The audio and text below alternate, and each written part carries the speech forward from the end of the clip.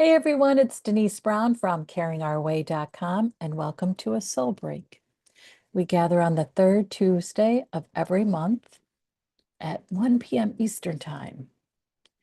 And if you can't join us live, I archive all of our soul breaks on our YouTube channel and on our community, caringourway.com. We take a soul break so that we can reconnect to what refreshes us. And we do it during lunch, and that's why we kind of think of it as a bit of a twist on a lunch break.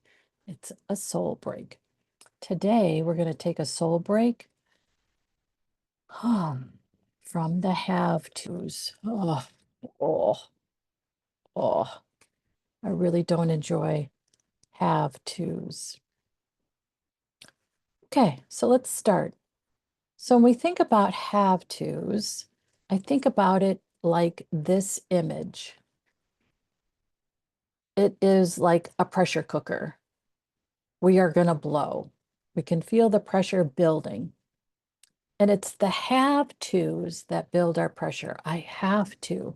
So for instance, the have-to that has been just haunting me is I have to clean. I have to clean. Oh, and a have to that might be haunting you is something like, I have to reach out and talk to someone about this difficult conversation. I have to finish this project. I have to get up early tomorrow. I have to stay up late tomorrow. I have to get organized this weekend. Oh my gosh, the lists of have tos. So I'd love for you to think for a minute, what's a have to that's building pressure for you? You're welcome to jot down a note about it or just reflect about it in your head. It's really about what's a have to or a list of have tos that's creating pressure. One of the reasons that I selected this image is because it is just pretty bare bones, right? It's all about the pressure. There's nothing that is particularly calming about this photo. It's just black and white. There's nothing pleasing when we look at it. And I feel like that's what it's like when we consider the have-tos in our life. Oh, the pressure cooker. All right, so let's think about what we can do about these have-tos. And I know a lot of times we hear, let's change a have to a want to. Well, sometimes we just don't want we just don't want to do it. No matter how much we try to convince ourselves, I really would want to call the doctor for the 18th time. Well, you're never going to convince yourself that, oh, this is fabulous. I want to do this. There are things during our caregiving day that we just will never want to do. And I was thinking about what are the opportunities to take a different perspective on want to. So here we go. I've got some questions for you. The question that relates to this image is, what could you do? And I think about this as it relates to what's possible. We have a pilot program on Caring Our Way that's called CORE, and it's about creating a routine for stress relief. And it really builds off this question around what's possible. And day to day, what's possible may change. Moment to moment might change.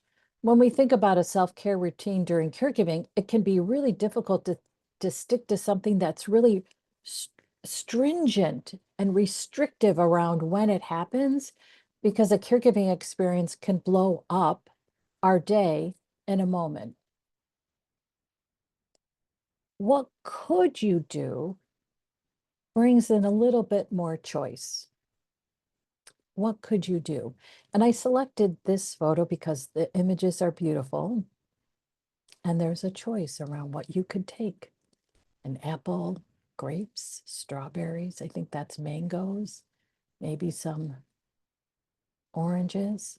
What could you do around the have-tos?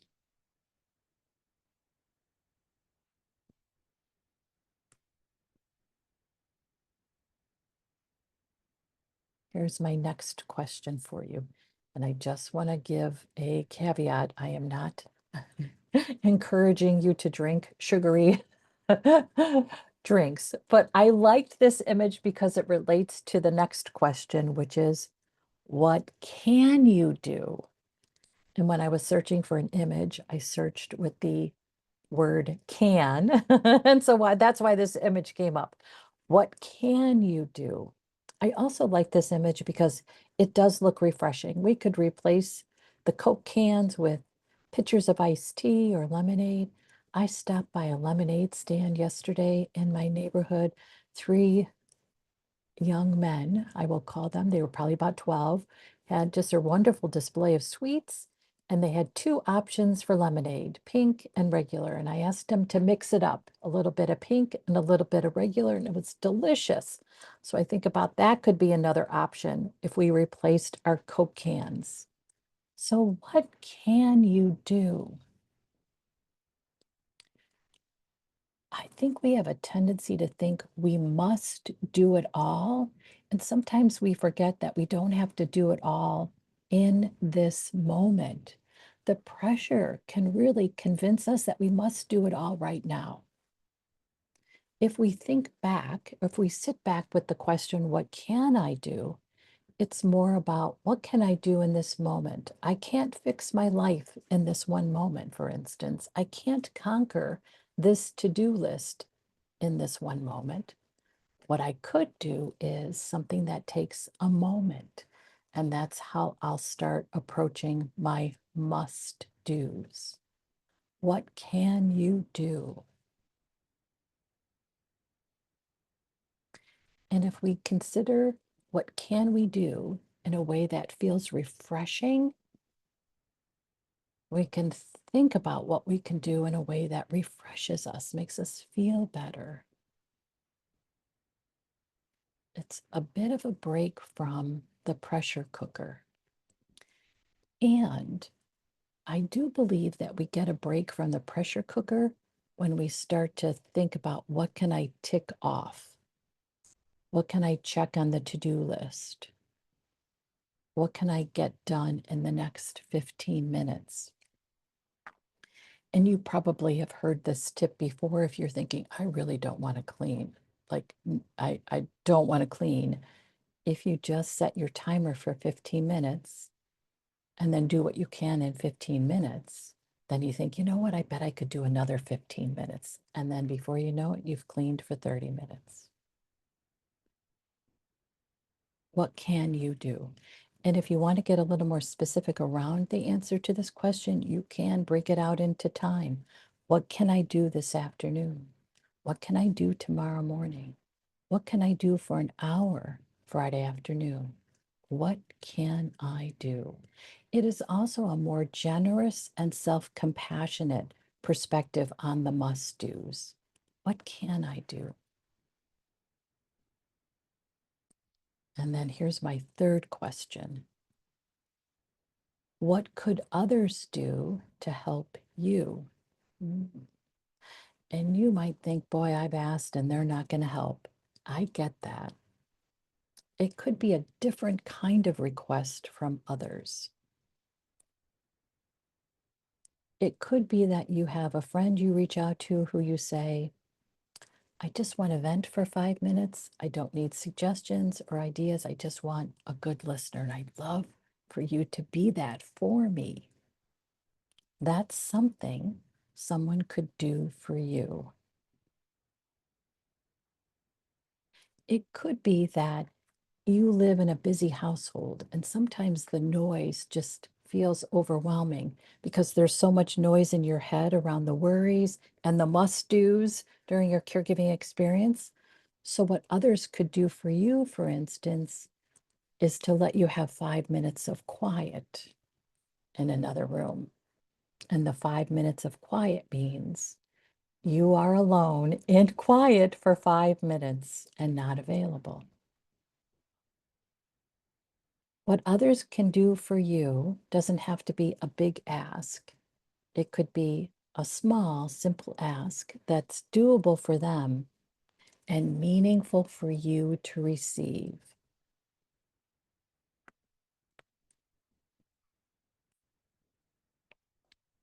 And I like this image because there's growth, and the growth is happening because of a support stick.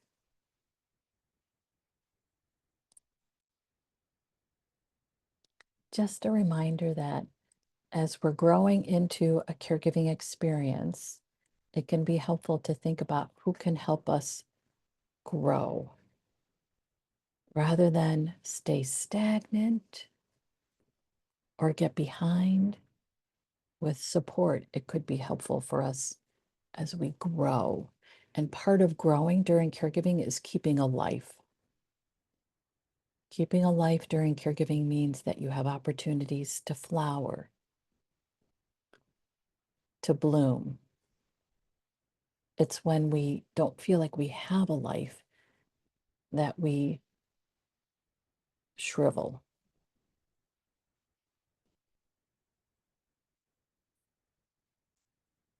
Those are the 3 questions for you. What could you do? What can you do? What could others do to help you? Each time we do a soul break, we also take a few moments to create our belief statements. For this soul break from the have tos, you could create a belief statement around can. What can you do? And a belief statement could sound like, I believe I can do just what I can do. Meaning I can't do more than that.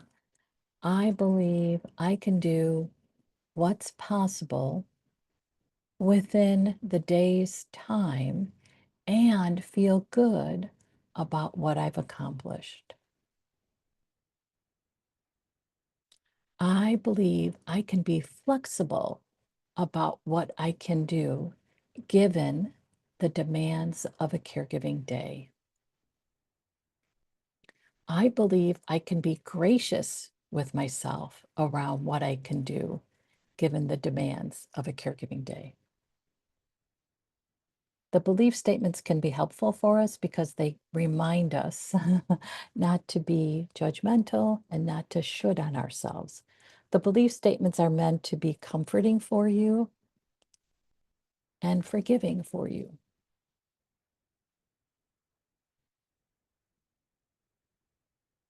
We can use our belief wheel to be a little more specific around, for instance, can. So I'm thinking of can as the word that's a little bit of an opposite of must. So what can I do around work for the next 3 hours? What can I do to integrate a sense of play in my evening with my caree or my family or with my friends? What can I do with my family so I feel loved and comforted? And in particular, I think the holidays can be a true pressure cooker. And if there's a holiday coming up, like a birthday or an anniversary or some other celebration, it's thinking of what can I do for this particular holiday so I feel supported and and and I can enjoy the holiday. There are no holidays during a caregiving experience, which is why sometimes the holidays are particularly difficult because you feel like, oh my gosh, I am working while everybody else is enjoying. And perhaps there's a belief statement you can create around can. I can accomplish what's needed during a caregiving experience on a holiday, and I can take time to enjoy the celebration. I can dream during caregiving without judging whether the dream is possible. I currently coach a client who likes to dream about living somewhere other than where she lives. A couple coaching calls ago, she told me about this. And I said, what a great idea. Why not consider living somewhere else? And she says, when I tell anybody else that I've written a way to get a brochure about living somewhere else, they always say to me, why are you thinking about that? You can't do that. And her dreaming about living somewhere else is just an ability to escape from the reality. It's just 5 minutes of an escape. And when she dreams about it, she looks at a website, she calls the community where she's thinking about, she gets information, and then she has them send a brochure, and then she gets to look at it and dream. It's just such a nice way, in many ways, to take a trip without leaving. And it's refreshing, it's a reprieve, it's a break from the must do's. However, you dream, dream.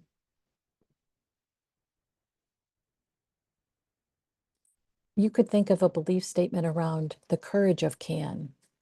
And that could be related to the third question, which is what could others do to help you? And the courage belief statement could sound like, I have the courage to ask others to help. I have the courage to make simple requests of others. I have the courage to receive support and help that's offered to me. And then as it relates to help, I can find a few minutes every day just for my health, just for my well-being. I can. I can find a few moments.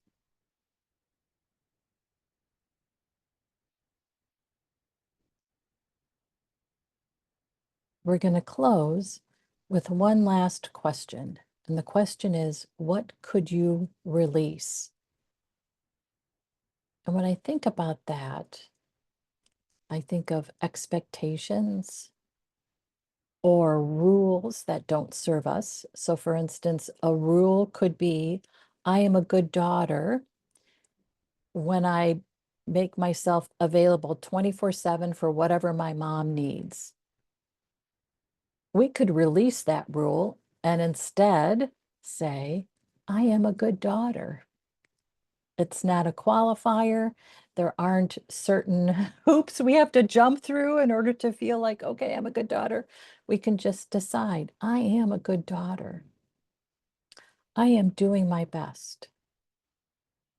An expectation could be about what we believe we must do. That contributes to our must do's. And it could be an expectation of others in our life. And the expectations just might not be realistic for others in our life, no matter how frustrating it is that they can't do what we think they can. If we realign our expectations and receive good information about what they can do, then we can have maybe a little less frustration when we think about, what can they help me do? I know they can't do that. I wonder if they could do this. And I also like this idea of actually physically releasing something into our environment. And it could be essential oils so that the aroma that surrounds us is comforting. That can be a release. Release then is around what's in our head, what's in our environment, what's in our heart. And it could be that we think, you know what, I need to release a little bit of my heartache by journaling, by sharing more openly in my support group, by connecting more deeply with others who I think might understand. And it can help us to take the pressure out of that pressure cooker when we think about releasing. We are bottled up, and that's part of what creates the pressure. And if we can release and open up then the pressure is less. One of the other parts of this image that I like is these two flowers that are fully open. They've released. They are open. And it just reminds us that if we open and release, there's beauty for us.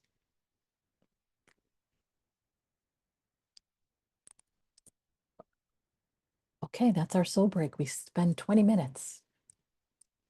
And I hope this was helpful. Thanks, everybody.